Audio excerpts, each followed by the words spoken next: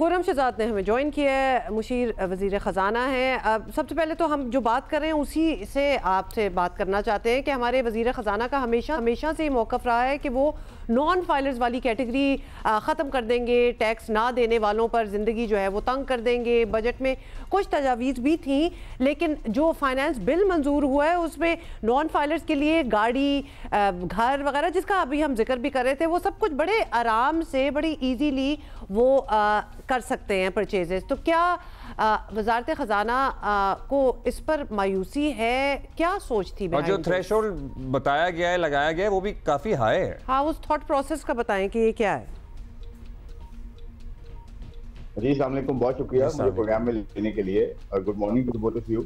देखें, जो non filer की कैटेगरी है वो डेफिनेटली खत्म होने जा रही है और आपने देखा होगा इसको इनएलिजिबल और एलिजिबल कहने की बात हो रही है। एक तो ये कि डिफाइन कर देता हूँ फर्क क्या है दोनों में। देखिए, पहले ये था कि नॉन फाइलर जो थे उनको एक तरह की ऑनगोइंग एमनेस्टी मिली हुई थी कि जी आप डबल टैक्स दें and you are free to go. आप अगर फाइलर 15% टैक्स दे रहा है तो आप 30% टैक्स दें और आप you are good to go, you are good to do anything, और कोई आपको नेट में आने की जरूरत नहीं है। ये एक इनडायरेक्ट मैसेज था नॉन फाइलर्स के लिए। अब क्या है, अब अगर आप फाइलर नहीं हैं, देखें, every Pakistani has to be a filer, ये आप ध्यान में रखिएगा। Every Pakistani has to be a filer. Tax eligible है या नहीं है ये एक डिफरेंट चीज है कि जी आप टैक्स 50,000 रुपये आप कमाते हैं लेट से महीने के, सैलरी क्लास है, तो आपको तो टैक्स ही नहीं है, तो ये आप टैक्स एलिजिबल ना हुए, लेकिन आप फाइलर जरूर होंगे। ये है, पहले नॉन फाइलर था कि आपने खुद ये छूट दी हुई थी कि आप फाइलर ही ना हो, कोई मसला नहीं है, डबल टैक्स देंगे। तो अब अगर फाइलर हैं तो बहुत अच्छी बात है, और अगर टैक्स एलिजिबल हैं और टैक्स नहीं दे रहे हैं तो आप सिन कर रहे हैं, आप क्रिमिनल हैं एक तरह से। आपने देखा होगा कि ये जो नया बिल पेश हुआ है जिसमें लेजिस्लेशन हो रही है, उसके अंदर जो नहीं होगा टैक्स नेट में उसको बैंक अकाउंट खोलने की इजाजत नहीं हो सकती, उसको प्लॉट लेने की इजाजत नहीं हो सकती, उसको इन्वेस्ट करने की इजाजत नहीं हो सकती, उसको वो सारी चीजें एक सोसाइटी प्रोवाइड करती है जो टैक्स पेयर के लिए होनी चाहिए। ये वो उसके लिए नहीं होनी चाहिए। यही हम बात करते हैं। जरा करेक्ट अस, ये तजावीज़ थी कि ना वो गाड़ी खरीद सकेगा ना वो घर खरीद सकेगा, लेकिन फिर ये तजावीज़ वापस हुई और कुछ लिमिट लगा दी गई है कि 70 लाख की चलें गाड़ी खरीद लेगा, 5 करोड़ से कम का घर खरीद लेगा, और कनाल का प्लॉट से कम होगा तो नहीं पूछा जाएगा। सो ये चीज़ें तो वापस हुई हैं, मतलब चूजे पे टैक्स लगा दिया है और इधर सारी ईज ऑफ लाइफ जो है इधर दे दी गई है। ये थॉट प्रोसेस, और यही हम समझने की कोशिश कर रहे हैं कि ये क्यों हुआ। तो यही हुआ था कि खरीद ही नहीं सकेंगे कुछ भी। नहीं, मैं क्लियर कर देता हूँ। देखें, ऐसा नहीं है। You have to define certain benchmarks. एक आपको कोई लाइन भी ड्रॉ करनी है ना कि जी के वो एक्चुअली इस तरह से भी है कि अगर 5 करोड़ या ऊपर की जो है वो चीजें आप कर रहे हैं, या आपके पास उतना जो है वो वेल्थ है, तो आपको अगर इसमें एक कंफ्यूजन आ गई थी, वो ये किसी पकड़ दकड़ की बात हो रही थी। आपको याद होगा कि जी एफबीआर को बहुत ज्यादा पावर्स दी जा रही हैं कि गिरफ्तार कर सकते हैं पकड़। तो देखें, उसके अंदर एक थ्रेशोल्ड डिफाइन करना जरूरी है। ऐसा तो नहीं हो सकता ना जी कोई भी ऑन द स्ट्रीट हो, आप उसको किसी तरह भी जो है वो पकड़ लें और कहें कि जी आप टैक्स दे सब करें। तो आपको कुछ डिफाइन करना है ना जी, कौन सा एक थ्रेशोल्ड हो जिससे ऊपर होना चाहिए। तो टू स्टार्ट विद ये थ्रेशोल्ड डिफाइन किए गए हैं जो आपने बयान किए हैं, और उसके अंदर इस तरह से है कि पकड़ दकड़ भी इस तरह से नहीं होनी है। ये कोई मतलब एक हमारी एक सॉवरेन कंट्री है, इसके अंदर एक सोसाइटी है, एक सिविल लॉ है, तो उसके अंदर इस तरह से है कि जी आपको एक कमेटी के थ्रू और कोर्ट वारंट के थ्रू 3 नोटिस सर्व करने के बाद अगर आप जानबूझ के नहीं अपेयर हो रहे हैं तो फिर आपको जो है वो अप्रोच किया जाएगा और आपको ऑफ कोर्स कार्रवाई इस हिसाब से की जाएगी। तो ये चीजें बहुत सारी रिफाइन हुई हैं, बेहतर हुई हैं, ताकि जो है एक ऑर्डर के थ्रू जो है काम हो, प्रोसेस के थ्रू काम हो, जो पहले होता है वो ना हो। तो ये कोशिश की जा रही है। सर, अभी आप कह रहे हैं कि पकड़ दकड़ वाला जो मामला है उसके लिए थ्रेशोल्ड बनाया गया है, लेकिन पहले हमारी अंडरस्टैंडिंग ये थी कि वज़ीर ख़जाना ने अनाउंस किया है कि नॉन फाइलर गाड़ी जायदाद नहीं खरीद सकेंगे। तो क्या उन्होंने जो अनाउंस किया था वो सही नहीं था? जी, मैं यही कह रहा हूँ, अगर आप रिवाइज देखें जो बिल फाइनल हुआ है, जो आज से जो है तो रिवाइज हो गया ना खुर्रम साहब? फिर ये रिवाइज हो गया। तो यही खुर्रम साहब, तो फिर ये भी बता देना, हम इस यही तो समझने की बात कर रहे हैं कि नंबर वन वो रिवाइज क्यों हुआ। We are trying to understand and we want our people who are watching to understand this as well. वो रिवाइज होने की जरूरत क्या पड़ी? मतलब एक चीज चल रही है, अगर आप नॉन फाइलर हैं, टैक्स आप नहीं दे रहे, तो आपको कुछ तो खमियाजा भुगतना पड़ेगा ना। Then you can not buy a car और अ हाउस और एनीथिंग। That made sense. अब this is not making sense. आपको जी मैं जवाब देता हूँ। उसको आपको थ्रेशोल्ड तो देना पड़ेगा ना जी। अब एक 800 सीसी गाड़ी जो बाय करने जा रहा है और वो टैक्स एलिजिबल है, उसके लिए फाइलिंग तो जरूरी है, वो आएगा टैक्स नेट में। लेकिन एक 800 सीसी के लिए और एक बड़े लोगों के लिए जो कि लेट्स से 70 लाख की गाड़ी कोई अगर जो है बाय कर रहा है, और 800 सीसी गाड़ी भी कितने की आती है आज कम से कम 40 लाख रुपए की, 35 से 40 लाख रुपए की गाड़ी है 800 सीसी भी। आप उठा के देखें ना, मैं आपको दाम तो अभी बताऊंगा तो वो ब्रांडिंग हो जाएगी।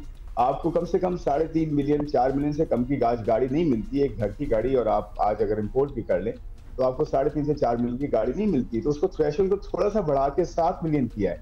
तो इसमें ऐसा नहीं है, थोड़ा सा रिलैक्सेशन भी दे दी है ना जी। ऐसा तो नहीं है कि इतना स्ट्रिक्ट हो जाए। बट जो टैक्स नहीं दे रहा उसको रिलैक्सेशन क्यों मिल रही है? ये but this also bags the question, the person who is not giving tax, उसको रिलैक्सेशन क्यों दी जा रही है? जी बिल्कुल आपकी बात सही है। टू बिगिन विद ये शुरू हुआ है, आप देखेंगे कि घेरा तंग होता जाएगा और आहिस्ता आहिस्ता ये सब चीजें बेहतर होंगी, लेकिन कहीं से स्टार्ट करना जरूरी है। सर स्टार्ट तो हमने यही सोचा था ना कि आपने किया है कि नॉन फाइलर्स जो है, non filers eligible and not eligible of being taxed की हम बात नहीं कर रहे। जिसने फाइल ही नहीं किया, जो इस रिकॉर्ड का हिस्सा ही नहीं बना, वो नहीं ये सब कुछ कर सकता था। लेकिन अब ये पता लग रहा है कि जो रिकॉर्ड का हिस्सा नहीं भी है, वो भी किसी हद तक ये चीजें कर सकता है। जी मैं यही कहना चाह रहा हूँ। देखें, जो नॉन फाइलर वाली कैटेगरी थी, मैं फिर क्लियर करता हूँ, उसका कुछ और जो है वो उसका फ्रेमवर्क था। वो ये था कि आप डबल टैक्स दें और यू फ्री टू गो। अब मैं आपसे फिर यही कह रहा हूँ कि फाइलिंग जरूरी है। Every Pakistani has to file. वो एक अगर एडल्ट है और वो उस कैटेगरी में है तो उसको फाइल करना जरूरी है। ठीक है, तो आप कह रहे हैं कि 70 लाख की गाड़ी लेनी हो या 30 लाख की गाड़ी लेनी हो, आपका NTN होना जरूरी है। फाइलिंग जरूरी है, ठीक है, रजिस्ट्रेशन जरूरी है। ओके। अब ये बता दीजिएगा, आवाम पूछते हैं भाई कि पेट्रोल की कीमतें अभी आलमी मंडी में बढ़ी नहीं होती, जंग शुरू होती है और पेट्रोल की कीमत बढ़ जाती है। उसके बाद पेट्रोल की कीमत जब कम होती है तो हुकूमत उस तरह से ट्रांसलेट नहीं कर रही है। आज फिर पेट्रोल 8 रुपये 36 पैसे महंगा हो गया है, कार्बन लेवी भी ऐड हो गई है। तो सर आवाम को किस तरह जवाब देंगे आप लोग? अच्छा, इसमें हुआ ये है कि आपने देखा होगा उसमें जो ऑयल था वो रफली कोई $64-65 पर बैरल से उठ के 76 तक चला गया था with in a matter of days. आपको पता है कि कोई 6-7 दिन में ऑयल जो है ना तकरीबन कोई अच्छा खासा बढ़ गया था। तो देखिए, जब ऑयल बढ़ गया था बीच में 6-7-8 दिन, तो कुछ ऑर्डर्स प्लेस होते हैं ना, और पूरी दुनिया ने ऑर्डर्स प्लेस किए। आप यूएई में देख लें, इवन ऑयल प्रोड्यूसिंग कंट्रीज हैं, वहां पर भी जो है तेल की कीमतें बढ़ी हैं, पेट्रोल की कीमतें बढ़ी हैं। ये है कि जब ऑयल बढ़ा तो लोगों को ये खदशा हुआ, कंट्रीज को ये खदशा हुआ कि हम आज ऑर्डर्स प्लेस करते हैं, इवन हायर कॉस्ट पे जो है वो प्लेस कर देते हैं, रादर देन ये कि $100 हो जाए, $120 की बातें होने शुरू हो गई थी। इस जंग के फैलने की बात हो गई थी और वर्ल्ड वॉर 3 की बात शुरू हो गई थी। तो इतना खतरात हो गए थे कि जी, और आपको पता है ईरान जो है वो 2nd-3rd नंबर पे है ऑयल और गैस प्रोडक्शन में, और पूरे इस रीजन में जो है टॉप पर है, टॉप की कंट्रीज में है। तो अगर आप ईरान और ये स्ट्रेट ऑफ हॉर्मुज, इन दोनों का अगर मसला हो जाता तो 20% ऑफ द ऑयल इकोनॉमी पूरी दुनिया की वो हर्ट होती, जिसकी वजह से जो ऑर्डर्स थे वो महंगे प्लेस हुए हैं रिलेटिवली, और एकदम से फिर जंग खत्म हुई है और ऑल ऑफ अ सडन और ऑयल नीचे आ गया।